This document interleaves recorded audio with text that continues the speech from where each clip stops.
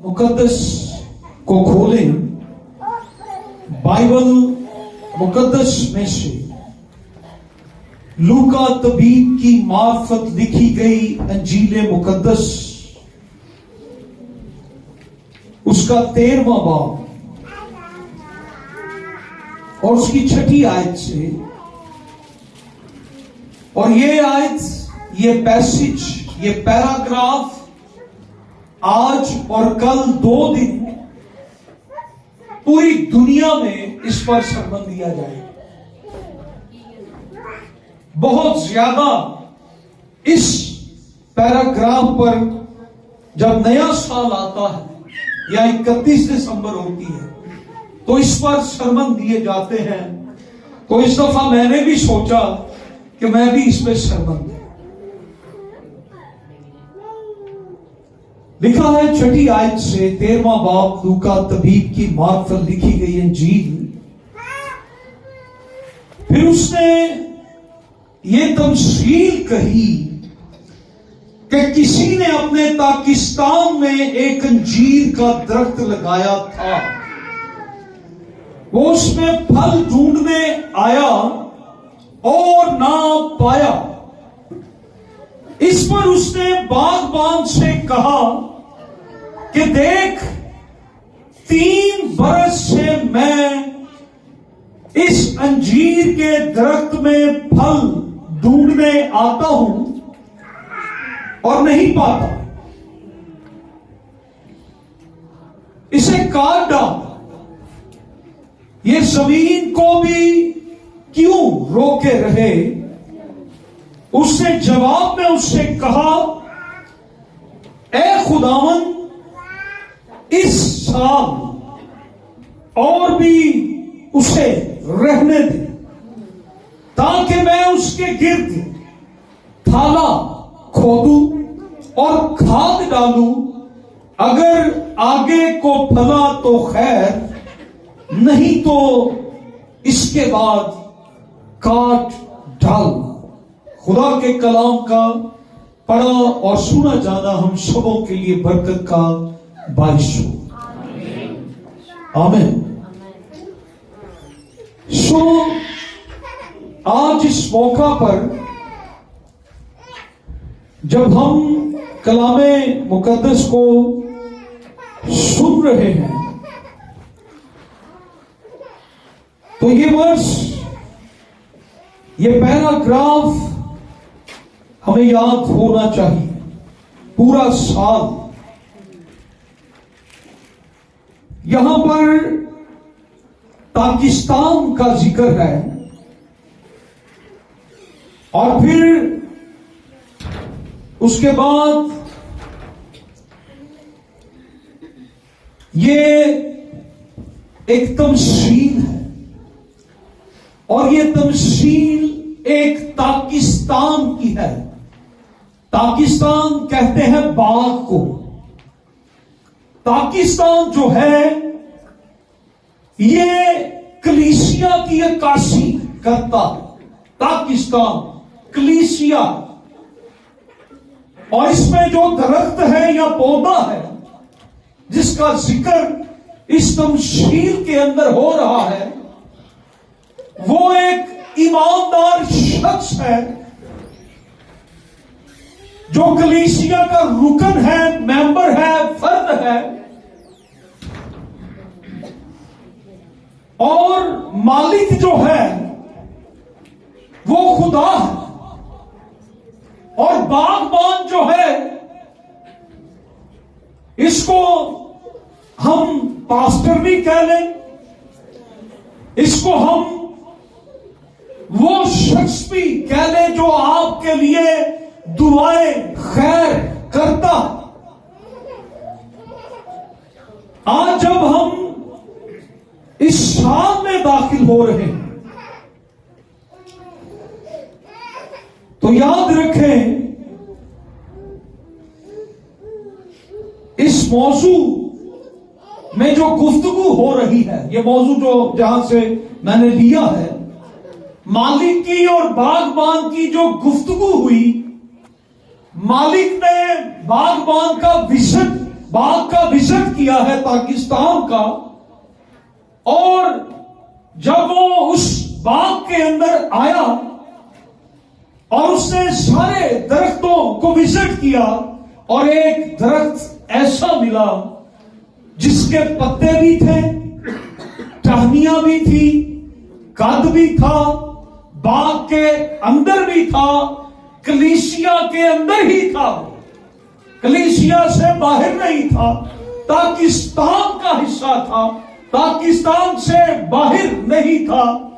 तो उस पर जब निगाह मालिक की पड़ी तो ना सिर्फ मालिक ने उसको देखकर यह कहा कि ये इस साल फल क्यों नहीं लाया, बल्कि मालिक को पिछले 2 साल भी याद आ गए कि पिछले 2 साल भी इसके अंदर मैं जब भी आता हूं फल नहीं है, इसकी नेचर नहीं बदलती, ये फलदार नहीं होता, ये जैसा था ये वैसा है, ये पिछले साल भी नहीं बदला और ये इस साल भी नहीं बदला।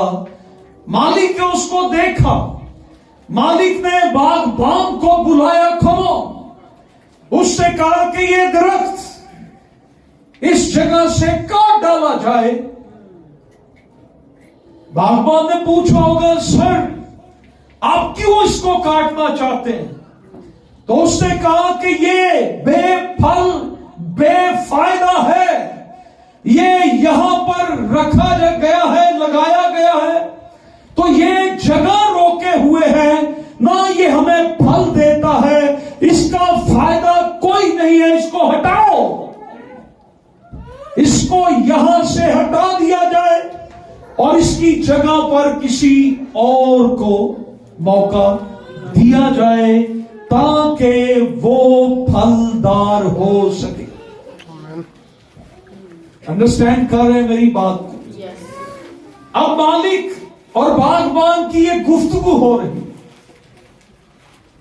जहां से ये मजबूत मैंने लिया नया साल और शफायत, नया साल और शफायत। तो बागबान ने मालिक से कहा कि सर मैं आपसे रिक्वेस्ट करता हूं, इसे 1 साल और रहने दें। हालेलुया। हम अगर 2023 में दाखिल हो गए हैं, शामिल हो गए हैं, तो ये याद रखें, ना हम दौलतमंद हैं इस वजह से, ना हम खूबसूरत हैं इस वजह से, ना हम गरीब हैं ना अमीर हैं, ये कोई वजह नहीं है, ये सब कुछ पीछे किसी की दुआ की बदौलत है। आपके लिए कोई दुआ कर रहा है, पूरी दुनिया में आपके लिए दुआ होती है, मुल्कों में शहरों में लोग दुआ करते हैं, आपकी फैमिली, आपका पास्टर, आपके पेरेंट्स आपके लिए दुआ करते हैं। क्या दुआ करते हैं? खुदावंद 1 साल इसे और भी रहने दे, ये भला तो खैर, वरना इसे काटा, नो नीड, फिर इसकी जरूरत नहीं है। ये और बहुत सी चीजें हम अपनी जिंदगी में अगर आज की शाम गौर करें, तो क्या इस साल अगर मालिक हमारी जिंदगी में फल ढूंढने आए, तो मेरी और आपकी क्या कंडीशन है? क्या हम कायम रह जाएंगे या उखाड़ डाले जाएंगे?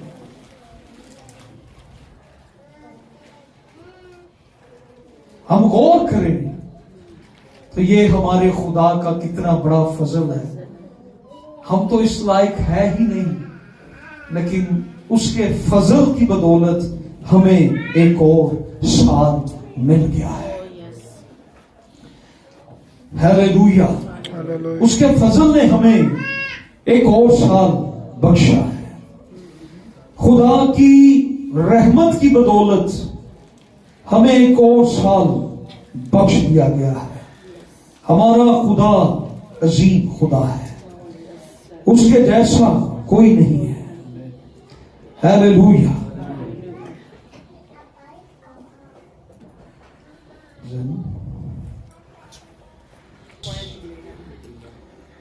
Okay, praise God.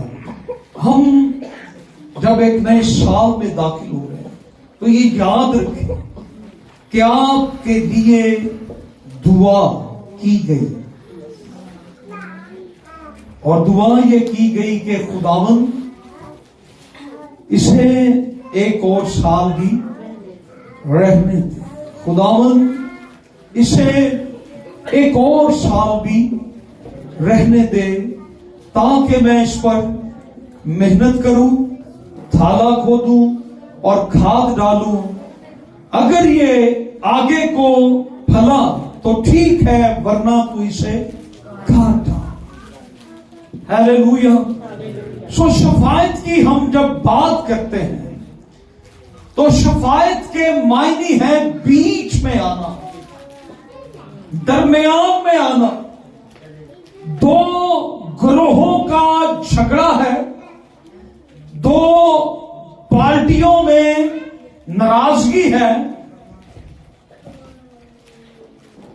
या दूरी है या लड़ाई है, दोनों के बीच में आना, यह क्या है? शफायत। उनमें मुफाहमत पैदा करना, नाराजगी को दूर करना, उनकी सुलह करवाना, तनाजुर को खत्म करने के लिए बीच में आना, यह क्या है? यह शफायत।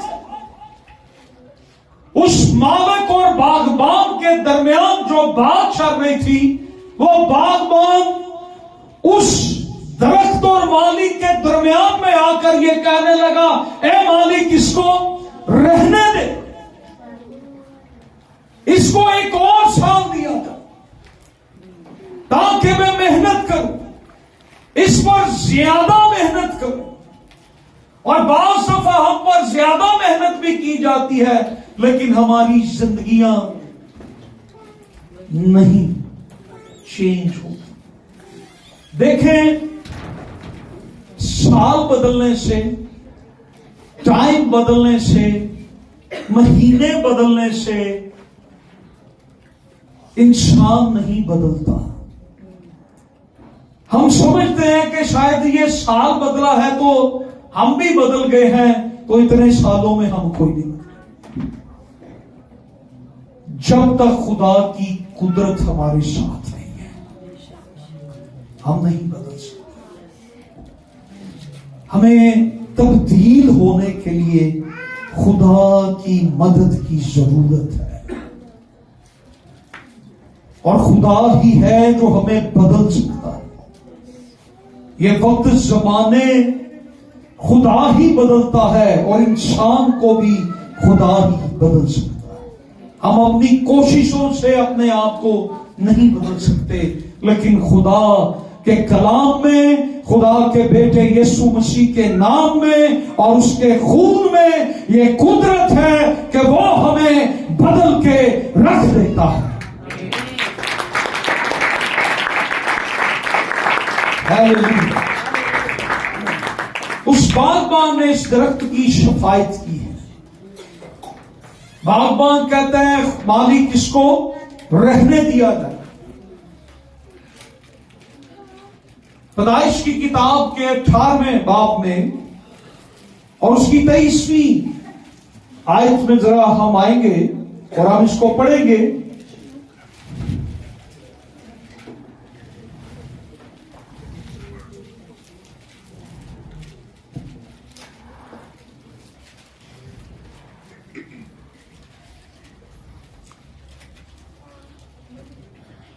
जी, बल्कि मैं इसको ना 26वीं आयत से पढ़ता हूं। और खुदावंद ने फरमाया कि अगर मुझे सदूम शहर के अंदर 50 रास्तबाज मिले तो मैं उनकी खातिर उस मुकाम को छोड़ दूं। अब यहां बात हो रही थी, खुदा ने अब्राहम से मुलाकात की और खुदा ने कहा कि सदूम और अमूरा का जो शहर है या मुल्क है, इसमें बदी है, बदकारी है, ये लोग मेरी मर्जी के मुताबिक नहीं है, मैं इनको तबाह करना चाहता हूं। और अब्राहम ने खुदावन से रिक्वेस्ट की है और रिक्वेस्ट ये की कि खुदावन, मैं इंसान, खाक और राख हूं और मैं खुदावन तेरी मिन्नत करता हूं, अगर उस शहर में 50 लोग रास्तबाज हुए तो क्या खुदावन तू बदकारों के साथ रास्तबाजों को भी मार देगा? तो खुदावन ने अब्राहम से ये कहा कि नहीं, अगर मुझे 50 लोग मिल गए तो मैं उनको छोड़ दूंगा। और फिर क्या होता है, तब अब्राहम ने जवाब दिया और कहा कि देखिए, मैंने खुदावन से बात करने की जुर्रत की, अगरचे मैं खाक और राख हूं, शायद 50 रास्तबाजों में 5 कम हो। क्या कहो उसने कि 5 कम भी तो खुदावंद हो सकते हैं। तो खुदावंद तू 45 लोगों की खातिर तू बदकारों को 45 रास्तबाजों को भी उनके साथ मार देगा। तब खुदावंद उसको क्या जवाब देते हैं? उसने कहा, अगर मुझे वहां 45 मिले तो मैं उसे नेस्त नहीं करूंगा। ये शफायत हो रही है, ये शफायत हो रही है। फिर उसने उससे कहा कि शायद वहां 40 मिले। तब उसने कहा, मैं उन 40 की खातिर भी ये नहीं करूंगा। ओके। फिर उसने कहा, खुदावन नाराज ना हो तो मैं कुछ और अर्ज करूं, शायद वहां 30 मिले। उसने कहा, अगर मुझे वहां 30 भी मिले तो मैं ऐसा नहीं करूंगा। फिर उसने कहा, देखिए, मैंने खुदावन से बात करने की जुर्रत की, शायद वहां 20 मिले। उसने कहा, मैं 20 की खातिर भी उसे नेस्त नहीं करूंगा। तब उसने कहा, खुदावन नाराज ना हो तो मैं एक बार और कुछ अर्ज करूं, शायद वहां 10 मिले। तब उसने कहा, 10 की खातिर भी उसे नेस्त नहीं करूंगा। जब खुदावंद अब्राहम से बातें कर चुका तो चला गया और अब्राहम अपने मकान को लौटा। कहां से बात शुरू हुई?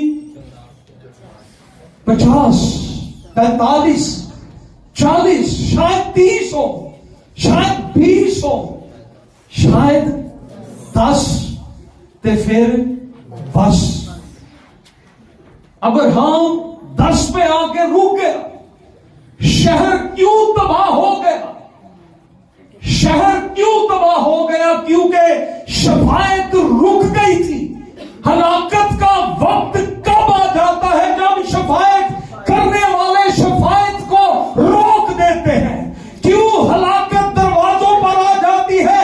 जब शफायत करने वाले नहीं होते हैं, तब खुदावंद का गजब भड़कता है, तब खुदावंद गुस्से में आता है और तब खुदावंद ने इस शहर को गंधक से जला डाला। गंधक की बारिश हुई शहर। क्यों शहर तबाह हो गया? क्योंकि शफायत रुक गई। आज खानदानों की बर्बादी का बायस क्या है?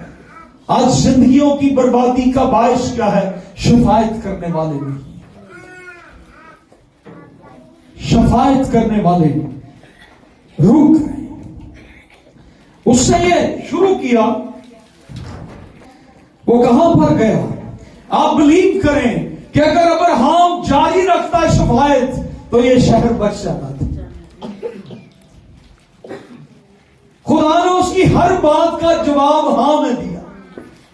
उसने कहा 50 मिले, खुदा ने कहा छोड़ दूंगा, 45 मिले छोड़ दूंगा, 40 मिले छोड़ दूंगा, 30 मिले छोड़ दूंगा। फिर भी खुदा ने कितने लोगों को उसमें से छोड़ा था? लूत, उसकी बीवी और 2 उसकी बेटियां। फरिश्तों ने कहा तुम लोग जल्दी से यहां से निकल जाओ, फिर भी खुदा ने छोड़ दिया। शफायत जब रुक जाती है फिर हलाकत का वक्त नजदीक आ जाता है। वो वक्त नजदीक आ जाता है जब मालिक ये कहता है इसको उखाड़ दो।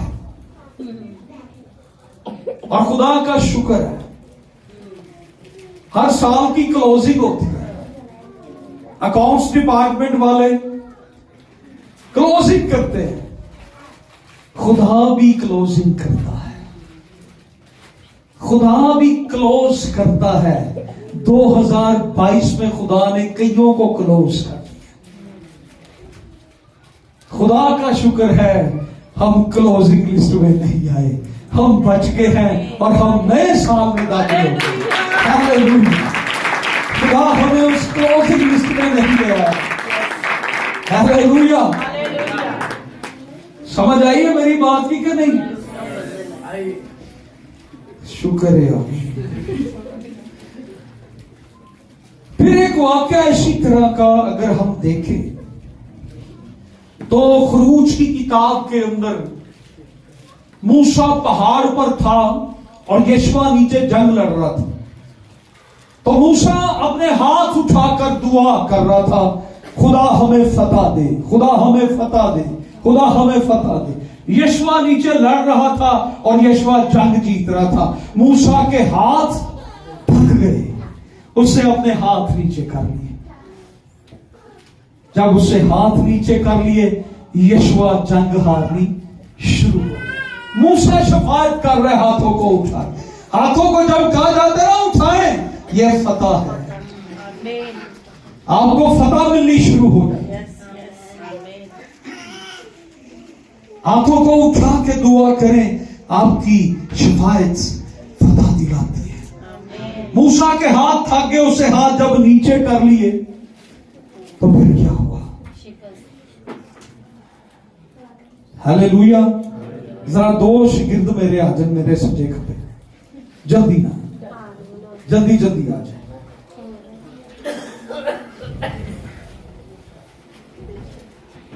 मूसा अपने हाथों को जब उसके हाथ थक गए तो उसके भी 2 शागिर्दों ने क्या किया, उसके हाथों को उन्होंने पकड़ लिया और सहारा दे दिया और उसके हाथ अब जो थे वो अब थकेंगे नहीं।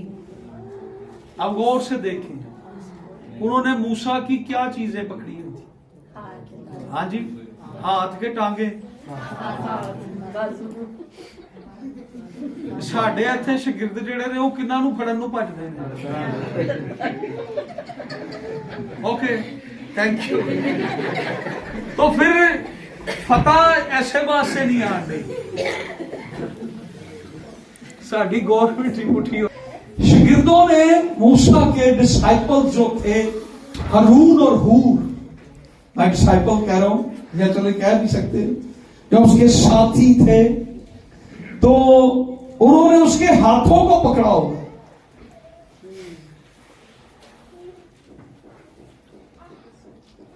उन्होंने उसके हाथों को उठाए रखा और मूसा की शफायत जारी रही और वो जंग जीत गए।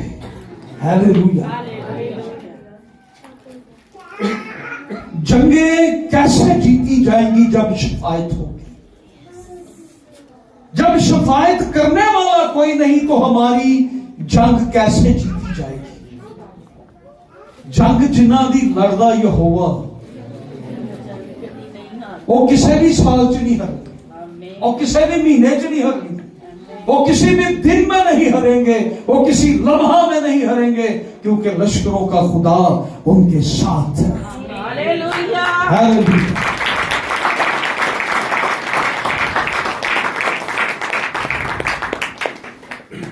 Praise God. Glory to Jesus. और ये शफायत दुश्मनों को मगलूब कर देती है।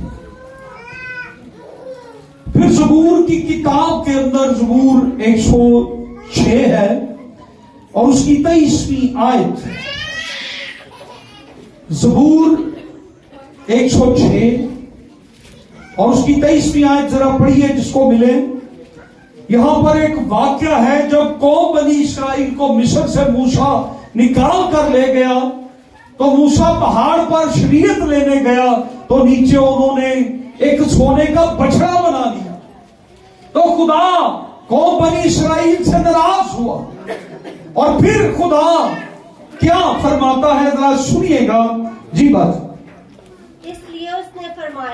इसलिए उसने फरमाया मैं उनको हलाक कर डालता अगर मेरा बरगजीदा मेरा चुना हुआ मेरा चुनीदा यस मूसा मेरे हजूर बीच में ना आता। कौन बीच में आ गया? मूसा।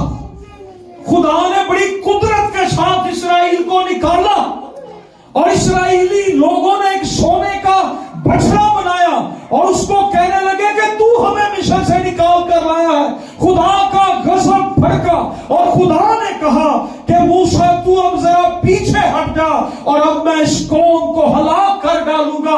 और मूसा बीच में आकर खड़ा हो गया और मूसा कहने लगा कि खुदावन देख लोग क्या कहेंगे कि इनका खुदा इन्हें मिस्र से निकाल कर ले गया और बियाबान में उन्हें मार डाला। तो खुदावन तू इनको रहने दे। खुदा ने उसे कहा कि मूसा देख मैं तुझे एक बड़ी कौम बनाऊंगा, मैं तेरी नस्ल को बढ़ाऊंगा, मैं तुझे एक बड़ी कौम बनाऊंगा।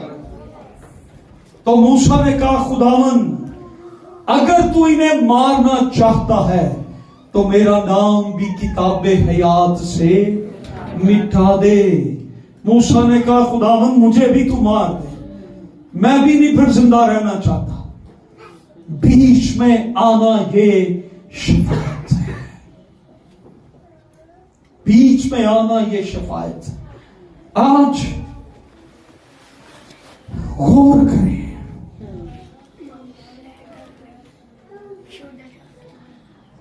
आज गौर करें। इस साल के शुरू में हालांकि यहां पर खुदा ने मूसा को एक बड़ी ऑफर दिया। इस वक्त का कोई पादरी होंदा ना उन्होंने खुदा कहे कि कलीसिया छड़ मैं तेनू ਵਧਾਵਾਂਗਾ ते पादरी के खुदावन तेरा शुक्र है तू मैनू चोलिया कलीसिया नू मार दे। मूसा ने कहा ये उसकी देखे कितनी बड़ी बात है कि मेरा नाम भी खुदा तू मिटा। अगर ये नहीं तो फिर मैं नहीं, इन्हें जिंदा रखेगा तो मैं भी रहूंगा। हालेलुया। तो हमें यहां पर मिलता है दो ग्रुपों के अंदर आकर मूसा ने क्या किया, उस तनाजर को खत्म किया, उसमें मुफाहमत पैदा की, उनमें सुलह करवाने की कोशिश की है। उन्हें मूसा ने बचा लिया, नहीं तो अदरवाइज ये भी मर जाते। खुदा कहता है मैं उनको हलाक कर डालता, मार डालता, लेकिन बीच में मेरा बंदा मूसा आ गया, मेरा बरगजीदा आ गया, मेरा चुनीदा आ गया, मेरा बंदा मूसा आ गया ताकि मेरे कहर को टाल दे। तो ये शफायत। पास्टर सफीर एक बार शफायत पे कलाम सुना रहे थे तो उन्होंने कहा कि शफायत किसी के माथे पर जब गुस्सा आए तो बल पड़े होते हैं ना, कि कहने वट पे होंगे, उन बलों को, उन वटों को ऐसे हाथ से साफ कर देना, ये शिफायत है। गुस्से का ठंडा हो जाना, ये शिफायत है। हलाकत को रोक देना, ये शफायत है। और आज खुदा ये चाहता है कि हम अगर किसी की शफायत की बदौलत नए साल में आए तो दूसरा काम ये है कि हम फल लाएं।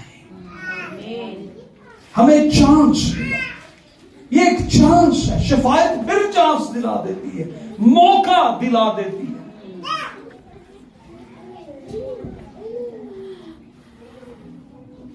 चांस कभी नहीं भी खुदा देता। शफायत कहर को टाल सकती है, शफायत फतह दिला देती है। एक और साल रहने दे, एक और चांस खुदावंद। अगर हम खुदावंद यीशु मसीह की तस्वीर को देखें, जब वो मसलूब हुए, दो डाकुओं के दरमियान, नीचे से लोग क्या कह रहे थे, उसका मजाक उड़ाते थे। और जो साथ डाकू था उससे क्या कहा, अगर तू मसीह है तो खुद भी नीचे उतर और हमें भी नीचे उतार दे। वो भी मजाक कर रहा है, वो भी तंज कर रहा है, नीचे वाले भी कह रहे तू मसीह है तो नीचे उतरा। जो साथ वाला है तो वो कहता है कि जी देखें, हम गुनहगार हैं, ये तो नहीं है, हम तो अपने कसूरों की सजा पा रहे। तो मेरे मसीह ने एक बात उस वक्त कही उन सब के लिए, यस, क्या कहा, ऐ बाप इनको, ये शफायत है। जीसस क्राइस्ट शफायत कर रहे, ऐ बाप इनको माफ कर। मुझे बताएं कब किसी ने वहां पर आकर यीशु से माफी मांगी थी और यीशु ने कहा बाप इनको माफ कर दे? किसी ने मांगी माफी? किसी ने नहीं कहा खुदावन हमने तो गुनाह कर लिया है। नो, खुदावन ने दरमियान में आकर, हालेलुया, वो दरमियानी बना, वो बीच में आया और उसने हम सबको माफ कर दिया। ऐ बाप इनको माफ कर, ये नहीं जानते। उसकी माफी की बदौलत हमें एक नया साल मिल गया, हमें जिंदगी मिल गई। यीशु दरमियानी बन गया, यीशु खुदा के कहर के दरमियान आकर खड़ा हो गया और उसने दुनिया को हलाक होने से बचा लिया। यीशु मसीह बीच में आ गया, दुनिया और खुदा के दरमियान। आज दरमियानी कौन है, बीच में कौन है? यीशु। यीशु मसीह कहां पर है? आप कहां पर है? बाप के दाहिनी तरफ। और वहां पर क्या करता?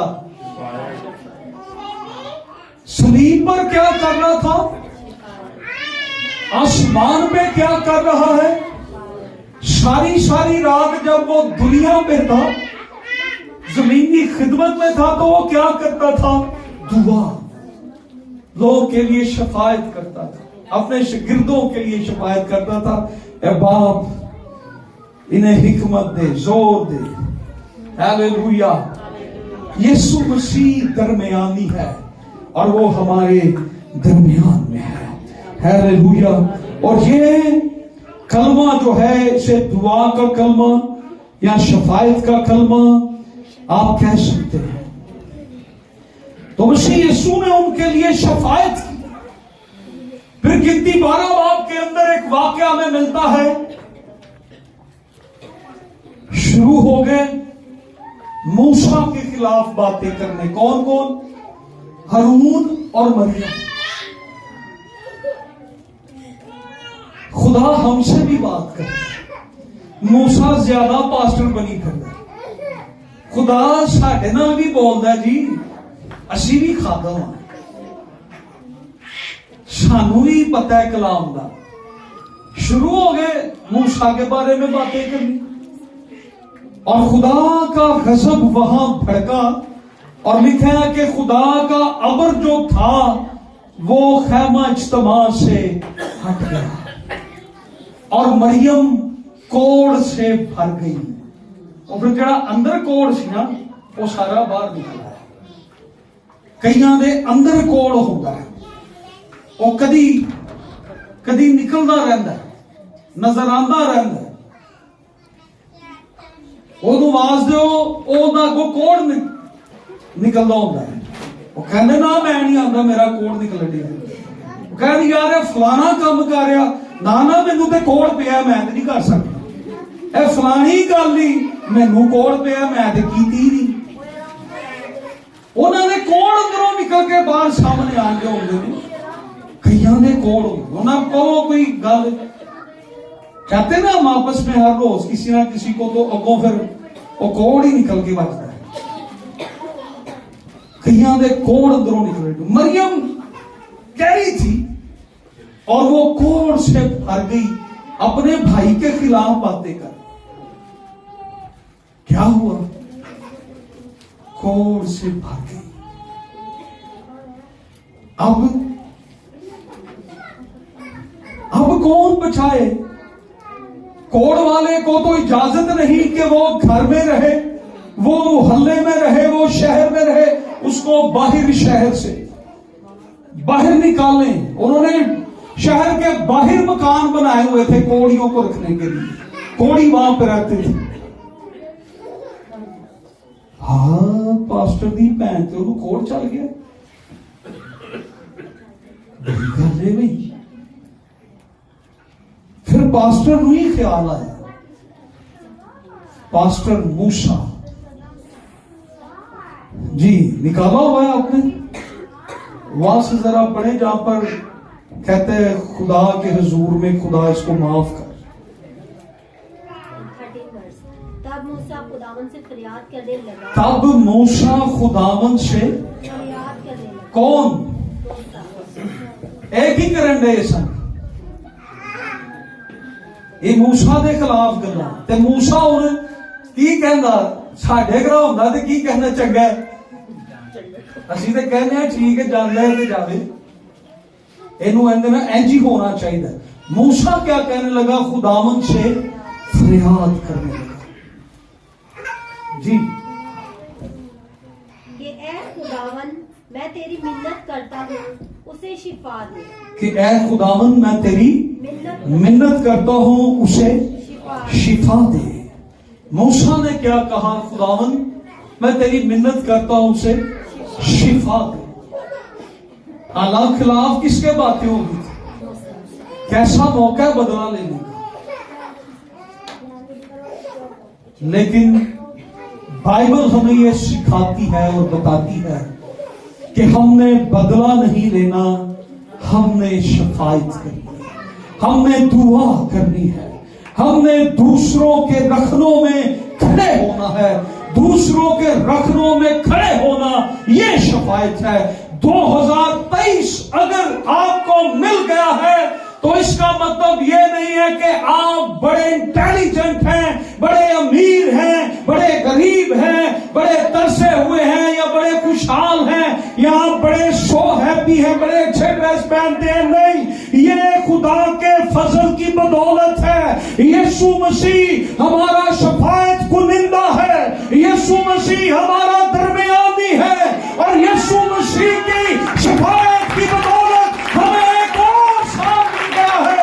यीशु ये कहते हैं बाप इनको माफ कर, बाप इसे एक चांस दे।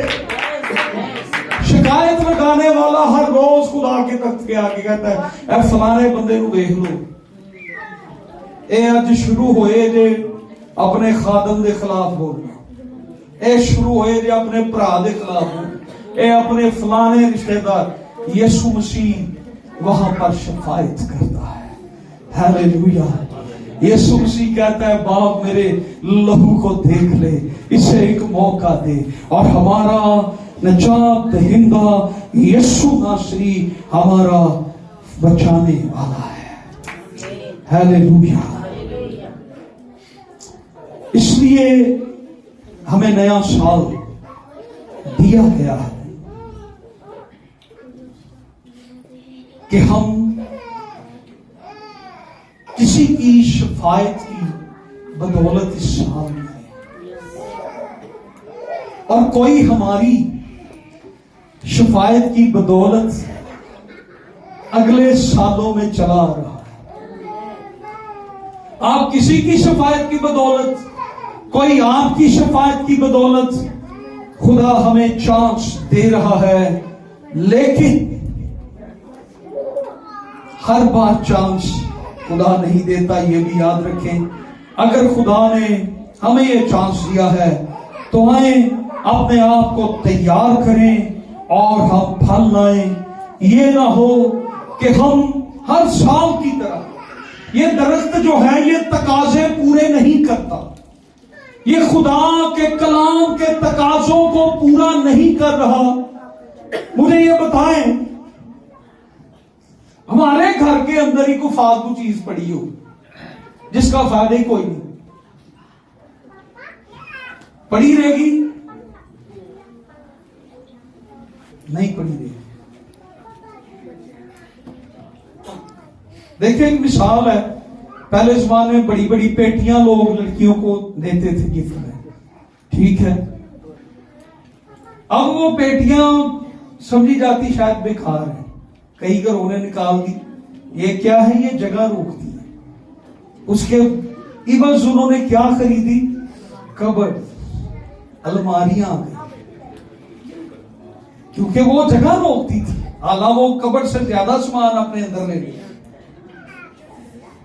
हम बहुत सारी फालतू चीजों को घरों से निकालते रहते। कूड़ा घर में इकट्ठा हो रहा है तो वो पड़ा रहे घर में, उसका कोई फायदा ही नहीं है। क्यों इसको बाहर फेंक रहे हैं?